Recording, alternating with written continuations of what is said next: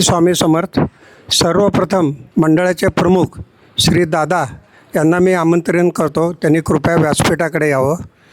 तसेच सौ विनिता वहिनी यांना मी विनंती करतो त्यांनी यावं. मंडळाचे संस्थापक सदस्य श्री प्रफुल्लचंद्र कुलकर्णी यांनाही मी व्यासपीठाकडे येण्याची विनंती करतो. स्वामी मार्गातील ज्येष्ठ अधिकारी श्री नगरकर काका यांनाही मी विनंती करतो, कृपया सर्वांनी स्थानापन्न व्हावं.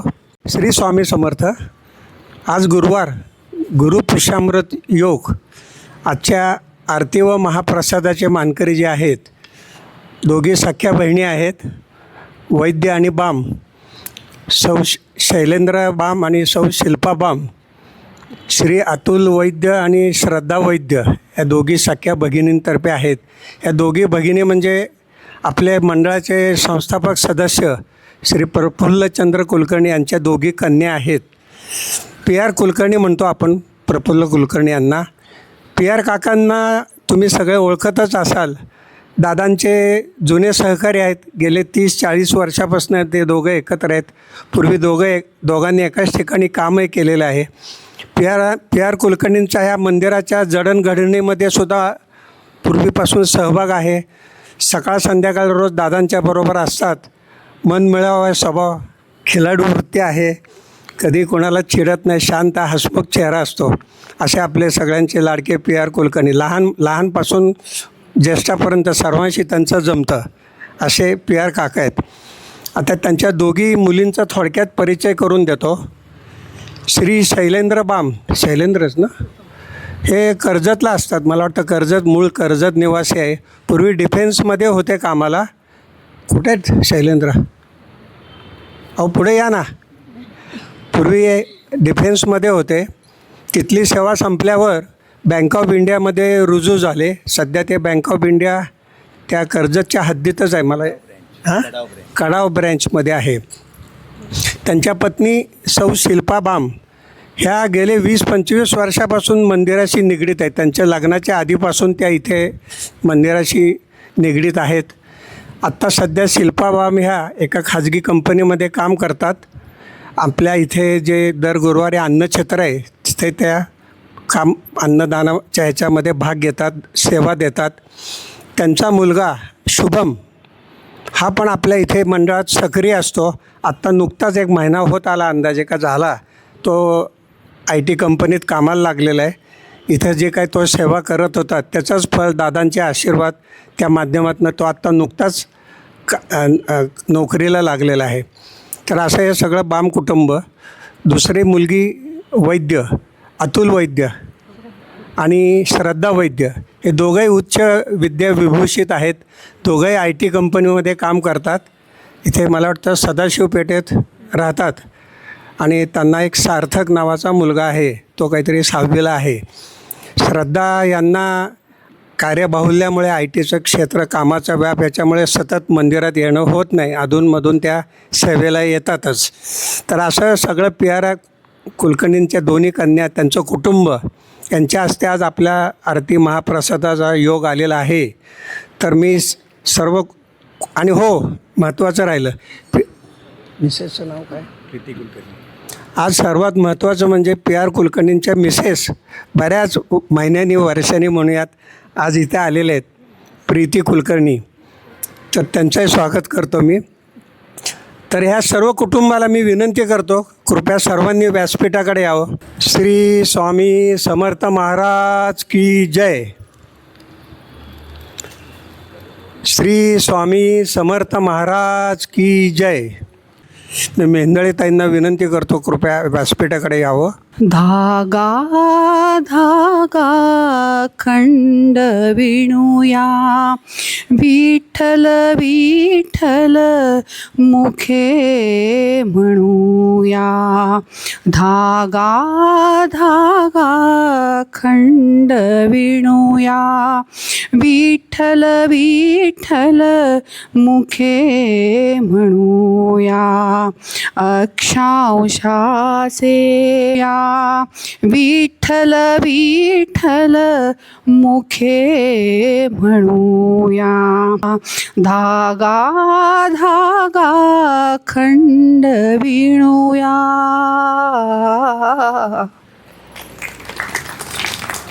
आता मी श्री सबनीस साहेब यांना इकडे स्टेजकडे आमंत्रित करतो. श्री सबनीस आणि त्यांचे सहकारी कृपया व्यासपीठाकडे यावं. श्री स्वामी समर्थ. सगळ्यांनी म्हणावं, श्री स्वामी समर्थ. आज खरोखर स्वामी समर्थांची कृपा झालेली आहे असं मला वाटतं आहे. कारण गेले 4 ते 5 महिने मी नुकताच एका कंपनीच्या बरोबर संलग्न झालेलो आहे आणि आरोग्य सल्लागार म्हणून मी काम पाहत आहे, बरोबर. तर ते कंपनीचे जे अतिशय प्रभावी असे काही प्रॉडक्ट्स आहेत आणि ते प्रॉडक्ट्स आज आम्ही इथं डिस्प्ले करून ठेवलेले आहेत. आणि हे माझे जे सिनियर आहेत हे मुळात वैशिष्ट्य म्हणजे हे मुळात अक्कलकोटचेच आहेत. म्हणजे स्वामींच्या नगरातूनच ते आलेले आहेत. म्हणजे जणू काही स्वामींनी इथं भक्तीच्या बरोबर आपल्याला आरोग्यसुद्धा देण्यासाठी म्हणून जणू काही स्वामींनी पाठवलं आहे अशी माझी भावना आहे. यांचा परिचय म्हणजे हे मोरेश्वर काका कुलकर्णी हे सध्या पुण्यामध्ये राहतात आणि मूळचे हे अक्कलकोटचे आहेत. आणि 4 ते 5 महिन्यामध्ये पूर्वी यांनी रियांश कंपनी जॉईन केली आणि ही कंपनी जी आहे ती अतिशय उत्कृष्ट असे प्रॉडक्ट बनवणारी आहे. याला भारत सरकारची मान्यता आहे. डायबिटीसवरचे याचे जे औषध आहे, औषध म्हणण्यापेक्षा ज्यूस आहे, ज्यूस जे आहे ते त्यांनी हजारो लोकांचे डायबिटीस हे रिव्हर्स झालेले आहेत. म्हणजे डायबिटीस हा पूर्णपणाने गेलेलासुद्धा आहे. तर असं उत्कृष्ट असे दर्जेदार प्रॉडक्ट आहेत आपल्या कंपनीचे. तर त्याबद्दल ते थोडक्यात आपल्याला माहिती आज सांगणार आहेत. आणि याचा संपूर्ण बिझनेस प्लॅन जो आहे आणि प्रॉडक्टची पूर्ण माहिती आहे तर याच्यासाठी साधारणपणे 2 तास आपल्याला किमान लागतात संपूर्ण कंपनीची माहिती आणि प्रॉडक्टची माहिती सांगायला.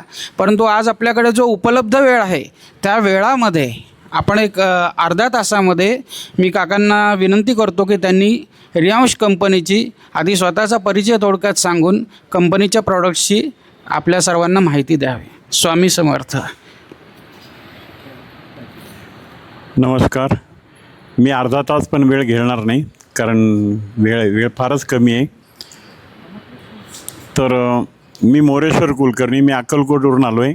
रियांश कंपनीमध्ये मी आरोग्य सल्लागार म्हणून काम पाहतो आहे.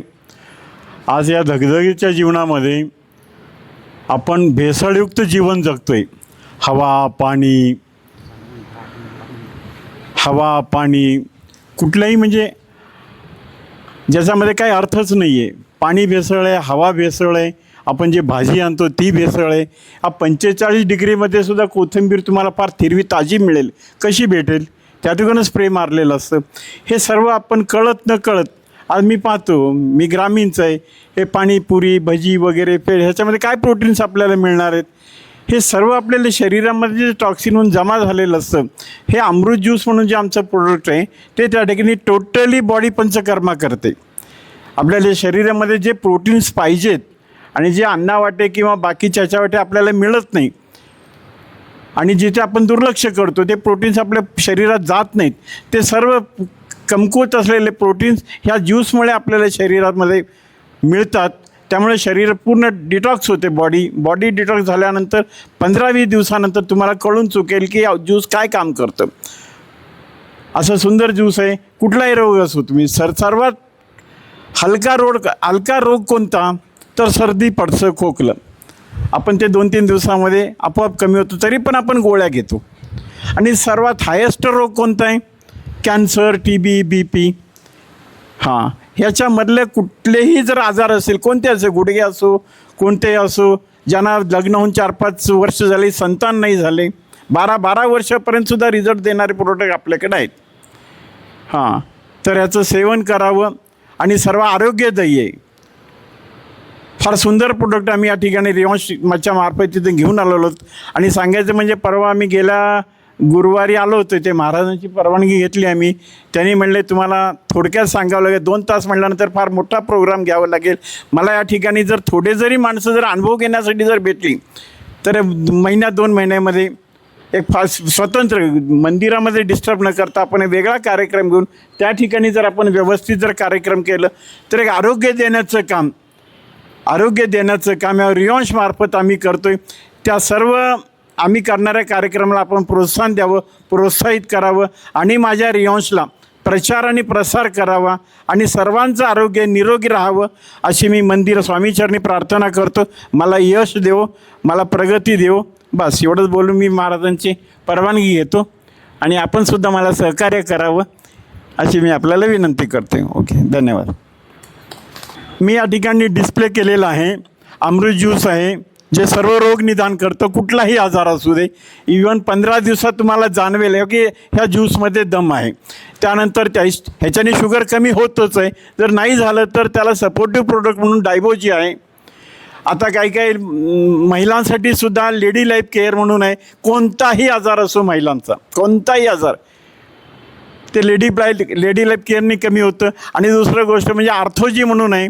मी येताना पाहिलं बऱ्याच जणांना असं चालता येत नाही, काही नाही. त्यांनी जर आर्थोजीचं घेतलं तर ते कोणाच्या विना आधारे चालू शकतील. आणि हे सर्व नैसर्गिक आहे, आयुर्वेदिक आहे. याच्यामध्ये कुठलंही केमिकल नाही, कुठलंही ॲलोपॅथीज नाही, काही नाही. फार सुंदर प्रोडक्ट आहे. आणि ही अजून सांगायचं विसरलं, ही कंपनी संगमनेरची, महाराष्ट्राची कंपनी आहे. आमचे CMD आहेत मधुकर जाधव म्हणून आहेत. त्यांनी हे प्रोडक्ट काढायचं कारण काय, करोनामध्ये त्यांनी एक ज्यूस काढलं होतं. त्यावेळेससुद्धा त्यांनी अमृत ज्यूस नाव दिलं होतं. मग नंतर करोना झाल्यानंतर त्यांनी मोठ्या रूपामध्ये हा आयुर्वेदिक प्रोडक्ट काढलेला आहे. मी आता डिस्प्ले केलेला आहे या ठिकाणी. आपण जरूर आम्हाला भेट द्यावी. त्या ठिकाणी पॉम्पलेट पण आहेत. आपण मला सहकार्य करावं हीच माझी नम्र विनंती. ओके. श्री स्वामी समर्थ. आता मी दादांना विनंती करतो, कृपया त्यांनी प्रबोधनाला सुरुवात करावी. श्री स्वामी समर्थ. आपण सामुदायिक जपाने सुरुवात करू. इच्छित दाता सकल कार्य सिद्ध करता सकल दुःख हरता श्री स्वामी समर्थ नमो नमः स्वाहा. इच्छित दाता सकल कार्य सिद्ध करता सकल दुःख हरता श्री स्वामी समर्थ नमो नमः स्वाहा. इच्छित दाता सकल कार्य सिद्ध करता सकल दुःख हरता श्री स्वामी समर्थ नमो नमः स्वाहा. इच्छित दाता सकल कार्य सिद्ध करता सकल दुःख हरता श्री स्वामी समर्थ नमो नमः स्वाहा. इच्छित दाता सकल कार्य सिद्ध करता सकल दुःख हरता श्री स्वामी समर्थ नमो नमः स्वाहा. इच्छित दाता सकल कार्य सिद्ध करता सकल दुःख हरता श्री स्वामी समर्थ नमो नमः स्वाहा. इच्छित दाता सकल कार्य सिद्ध करता सकल दुःख हरता श्री स्वामी समर्थ नमो नमः स्वाहा.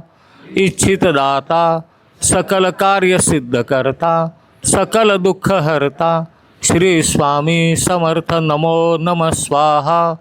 इच्छित दाता सकल कार्य सिद्ध करता सकल दुःख हरता श्री स्वामी समर्थ नमो नमः स्वाहा. इच्छित दाता सकल कार्य सिद्ध करता सकल दुःख हरता श्री स्वामी समर्थ नमो नमः स्वाहा. इच्छित दाता सकल कार्य सिद्ध करता सकल दुःख हरता श्री स्वामी समर्थ नमो नमः स्वाहा.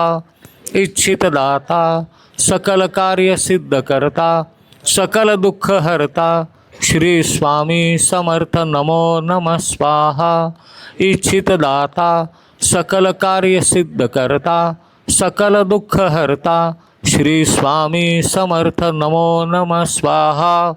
इच्छित दाता सकल कार्य सिद्ध करता सकल दुःख हरता श्री स्वामी समर्थ नमो नमः स्वाहा. इच्छित दाता सकल कार्य सिद्ध करता सकल दुःख हरता श्री स्वामी समर्थ नमो नमः स्वाहा. श्री स्वामी समर्थ.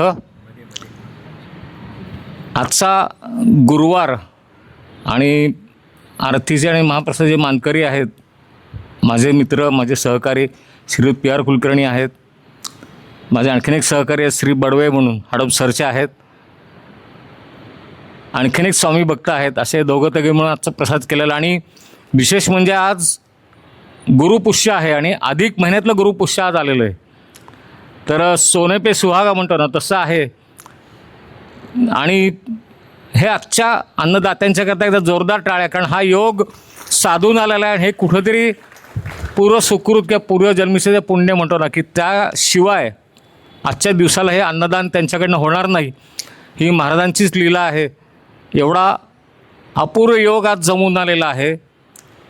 अधिक महिन्याची माहिती आपण मागच्या गुरुवारी बऱ्याचशा प्रमाणात सांगितली होती, आपण ऐकली होती सगळ्यांनी.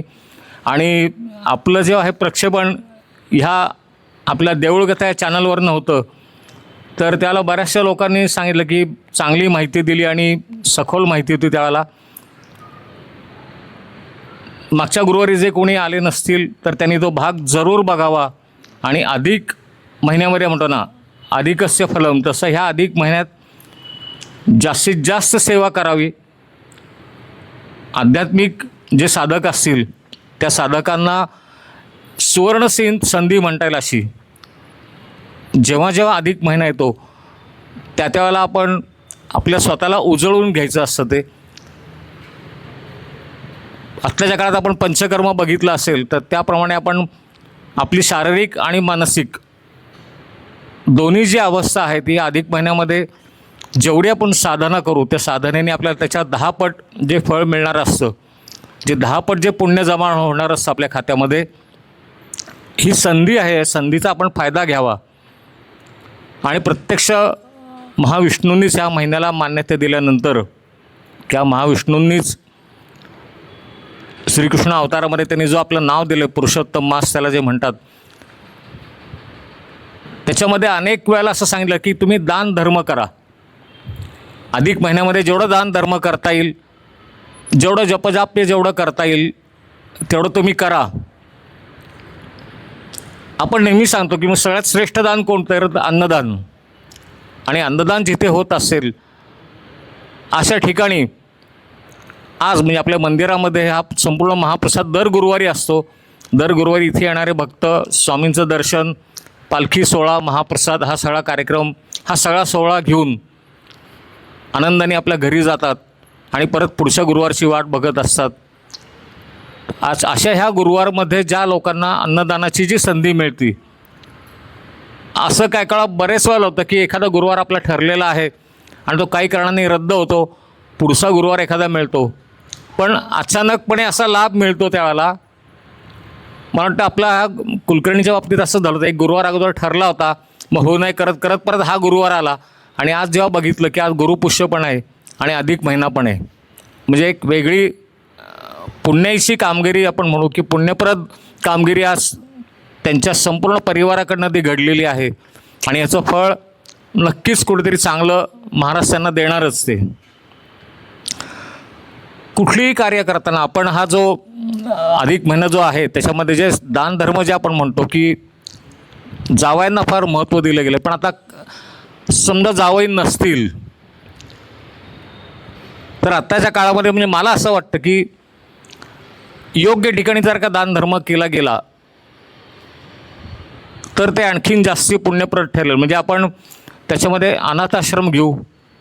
अनाथ मुलांना जर का आपण, ज्यांना कोणाला जावई नसतील पण दान धर्माची इच्छा असेल तर अनाथाश्रम फार उत्तम आहेत. म्हणजे मला वृद्धाश्रम नाही मला तसं आवडत, पण अनाथ मुलांना जर का आपण काही केलं त्याच्यामध्ये तर त्या मुलांच्याकरता एक सुवर्ण संधी त्यांच्या पुढच्या भावी आयुष्याकरता ती घडू शकेल. भले तुम्ही 10 रुपये 11 रुपये जे काय तुमची कुवत असेल ती. आता हा दानधर्मावर विषय जेव्हा निघाला होता, महालक्ष्मी आणि महाविष्णू जेव्हा त्याच्या दरबारात बसलेले होते, तिथे शेषावरती जेव्हा आराम करत असताना महालक्ष्मी त्यांना विचारलं की देवा तुम्ही सांगितलं या महिन्यामध्ये दानधर्म करा, पण मग दानधर्म ज्यांना शक्य नसेल त्यांनी काय करावं, जे निर्धन असतील त्यांनी काय करावं, किंवा जे शारीरिक थोडेसे अबला असतील, काही आजारी असतील, अशा व्यक्तींनी काय करावं, ज्यांच्या मनामध्ये आहे दानधर्म करायचा पण धन पाहिजे. जेव्हा धन येतं तरच तो मनुष्य दान करू शकेल ना. तो तर मग महाविष्णूंनी सांगितलं की एक सोपा उपाय मी तुला सांगतो. अगोदर लक्ष्मीचं त्यांनी कौतुक केलं की देवी हा प्रश्न फार तुम्ही छान विचारलात म्हणले. सरसकट ज्यांना शक्य नाही अशा लोकांच्यासाठी काय करावं. तुमचं जे हृदय आहे ते मातेचं हृदय आहे, त्याच्यामध्ये तुमच्या भक्तांच्या करता असलेली ती माया दिसून आली. मग मी एक सोपा उपाय सांगतो म्हणले. अशा व्यक्तीने दररोज गाईचं दर्शन घ्यावं आणि गाईचं दर्शन घेताना गाईच्या पाठीवर हात लावावा. तर मग महालक्ष्मींनी जरा थोडंसं आश्चर्य व्यक्त केलं की असं तुम्ही का म्हणताय प्रभू, तुम्ही असं गाईचं दर्शन सांगितलं आहे, गाय पवित्र आहे, मला मान्य आहे, पण मग गाईच्या पाठीला हात लावून का दर्शन घ्यावं आणि हे रोज घ्यायचं का. तर ते म्हणले हो रोज घ्यायचं. अधिक महिन्यामध्ये ज्याला शक्य नाही दान धर्म करणं त्यांनी गाईचं पाठीला हात लावून दर्शन घ्यावं. जे काही त्याला दान धर्मा वाटे जे पुण्य मिळणार आहे ते ह्या एका कृतीने त्याला मिळेल. ज्यांना शक्य त्यांनी दान धर्म करावाच. ज्यांना शक्य नाही, ज्या निर्धन जे आहेत, गरीब आहेत, मनामध्ये आहे दान करायचं पण करू शकत नाहीत, अशा व्यक्तींच्या करता हा माझा आशीर्वाद आहे की गाईच्या पाठीला हात लावून त्यांनी दर्शन घ्यावं. आता महालक्ष्मी थोडंसं चिंतेत पडल्या की म्हणजे तुम्ही असं का उत्तर दिलं प्रभू म्हणल्या. मग महाविष्णूंचं जर का आपल्याला रूप आपण डोळ्यापुढे आणलं की श्रीकृष्णाचं रूप डोळ्यापुढे आणलं की असं एक मंद स्मित करत त्यांनी उत्तर दिलं की एक छोटीशी कथा आहे देवी त्यामागं. आज ती कथाच मी तुम्हाला सांगतो म्हणली. आम्ही त्रिदेव जे आम्हाला म्हणतात की ब्रह्मा विष्णू आणि महेश, आम्ही एकदा असे सहज बसलेले असताना विषय निघाला होता की आपल्यामध्ये श्रेष्ठ कोण असावं. सहज बोलता बोलता हा विषय निघाला आणि त्याला ब्रह्मदेवानी सांगितलं की ह्यामध्ये श्रेष्ठ मी आहे. आता विषय निघाल्यानंतर सर्वप्रथम उत्तर दिलं ब्रह्मदेवाने. तर महादेव म्हटले की ब्रह्मदेव आहे, आम्हालाही कबूल आहे, श्रेष्ठ तुम्ही आहात. कारण म्हणतानाच आपण म्हणतो ब्रह्मा विष्णू महेश, म्हणजे पहिलं तुमचंच नाव आहे ते म्हणले ते. तरी पण प्रत्येकाचं आपलं कार्य हे थोरंच आहे. पण तरी पण ब्रह्मदेव म्हटलं की नाही मी निर्माण करतो सृष्टी. मग विष्णू म्हणतात की मी पालन करतो आहे. महादेव म्हणतात मी संहार करतो. सगळीकडं तर तोल साधला जातो आहे, जो काय असेल तो समतोल सगळं राहतं आहे सगळीकडं. तरी पण ब्रह्मदेव थोडेसे हट्टीपणाने म्हणतात की नाही माझं महत्त्व होतं, मी निर्माणच केलं नाही तर विष्णू पालन काय करणार, तुम्ही संहार काय करणार म्हणले. तर मग थोडी चेष्टा मस्करी झाल्यानंतर महादेव म्हणतात की ठीक आहे बाबा माघार घेतो आम्ही, तुम्ही सगळे मोठे आहात म्हणतात. ब्रह्मदेवांच्याकडे बघतात की तुमचं रूप, तुमची तपश्चर्या, तुमच्या डोक्यावरचा जो चंदेरी जो मुकुट चमचमता आहे तो ठाट आहे बाबा तुमचं म्हणतात. विष्णूंचं पण तसं सोनेरी मुकुट आहे म्हणतात, शेषावरती पहुडलेले आहेत, छान सगळं तुमच्या दोघांचंही छान आहे. माझं काय म्हणले, मी तर राहतो स्मशानामध्ये, मी वैराग्य म्हणले. मला ना मुकुट आहे ना काही राजगादी आहे ना कुठलं सुख वैभव काही, सगळं वैराग्य म्हणलं तर सगळं माझ्याकडे आलेलं आहे. मग ब्रह्मदेव म्हणतात की मुकुट तुम्हीच घालवला आहे म्हणले. तुम्ही गंगेला आणून डोक्यावर बसवलं, तुम्ही तो चंद्राचा मुकुट तुम्हीच घालवला. आता महादेव म्हणतात आता थोडी गंमत करू. मग म्हणतात बघा शोधा, मग सापडला तर, माझा मुकुट सापडला तर आणून शोधून तुम्ही. आता हे विष्णू ही कथा सांगतात लक्ष्मीला. लक्ष्मीला ते सांगतात की मी स्वतः गेलो पाताळापर्यंत, समुद्राच्या सगळ्या अंतापर्यंत सगळीकडे बघितलं, मला तो चंद्रकोरीचा मुकुट मला काही सापडला नाही महादेवाचा. मी परत आलो आणि त्याच वेळेला ब्रह्मदेवसुद्धा परत आले. महादेवाने विचारलं की काय सापडला का मुकुट, मी उत्तर दिलं नाही सापडला. ब्रह्मदेवाने सांगितलं मला मुकुट दिसला. आपलं पृथ्वी हा जसा ग्रह आहे तसे अनेक ग्रह अवकाशामध्ये आहेत, अमुक अमुक ग्रहावरती मला तुमचा मुकुट दिसला. आता महादेव म्हणले की दिसला का म्हणले. त्यांना थोडं शंका आली की इथं ब्रह्मदेव कुठेतरी इथं खोटं बोलत आहेत. मग दिसलं तर त्यांनी आणला का नाही ही शंका त्यांना आली. महादेवाने विचारलं ब्रह्मा की तुम्हाला जर का मुकुट दिसला तर तुम्ही आणला का नाहीत. ते म्हणले तुमची परवानगी नव्हती, आणायचं का नाही आणायचं तुम्हाला विचारल्याशिवाय कसं आणणार. पण मग दिसला तर कुठं दिसला, त्याला काय साक्षीदार आहे. ब्रह्मदेव थोडंसं एक सेकंदभर थोडंसं शांतपणे बसून समोर एक गाय बसली, ही काही साक्षीदार आहे म्हणतात. महादेव त्या गायीकडं बघतात, गोमाते काय तुझं साक्षीदार आहेस का म्हणतात. आता गोमाता ती बोलणार काय, ती फक्त हम्मा करते, पण मान अशी अशी हलवते होकारार्थी. होकारार्थी मान हलवल्यानंतर महादेव चिडतात की गोमाते तू इथं खोटं बोललीस. भले तुझ्याकडं पावित्र्य आहे, दैवी शक्ती आहे, तुझ्या पोटामध्ये 33 कोटी देव सगळं मान्य आहे, पण तू इथे खोटं बोललीस म्हणतात. आणि ज्या मुखाने खोटं बोललीस त्याच मुखाने तुला घाण खायला लागेल. आज जर का आपण बघितलं गायी चरत असतात, ज्या वैयक्तिक गायी आहेत त्यांना चारा चोरा घातला, पण रस्त्याने जर का आपण बघितलं तिथे गाय चरत असती, पण तिचं पुण्य, तिच्या अंगी असलेलं 33 कोट्यांचं वास्तव्य, 33 कोटी देवांचं, त्याच्यामुळे तुझं दर्शन मात्र प्रिय होईल. पण तुझं दर्शन घेताना जो भक्त पाठीला हात लावेल तशीच मनोकामना पूर्ण होईल. असं विष्णूंनी कथा सांगितली. म्हणून लक्ष्मीला जो प्रश्न पडला होता की हा का गाईच्या तोंडाला का हात लावायचा नाही, तर त्याच्यामागची ही कथा अशी आहे. म्हणून आपल्या सगळ्या भक्तांना, ज्या भक्तांना दान धर्म करणं ज्यांना शक्य असेल त्यांनी जरूर करावा. अधिक महिन्यामध्ये भगवान विष्णूंचा मागच्या गुरुवारी आपण सांगितलं होतं की श्री विष्णू सहस्रनाम किंवा ओम विष्णवे नमः आणि लक्ष्मी प्राप्तीकरता ओम श्रीम नमः, श्रीवरती अनुस्वार आहे, असे हे 2 मंत्र आणि त्याच्याबरोबरीने श्री स्वामी समर्थ असा हा 3 मंत्र प्रत्येकी 108 108 108 असे करावेत. ज्या भक्तांनी सुरू केलं असेल ते चांगलंच आहे. ज्यांचा अजूनही सुरू करायचं राहिलं असेल, अजूनही आपल्याला अधिक महिना बराच बाकी आहे, त्यांनी आजपासून सुरू करावं. आणि आज गुरुपुष्य नक्षत्र आहे. पुष्य म्हणजे सांभाळ करणारा. अशा नक्षत्रावरती आज आपली जर का सेवा सुरू केली तर त्या सेवेला अधिक फळ मिळतं.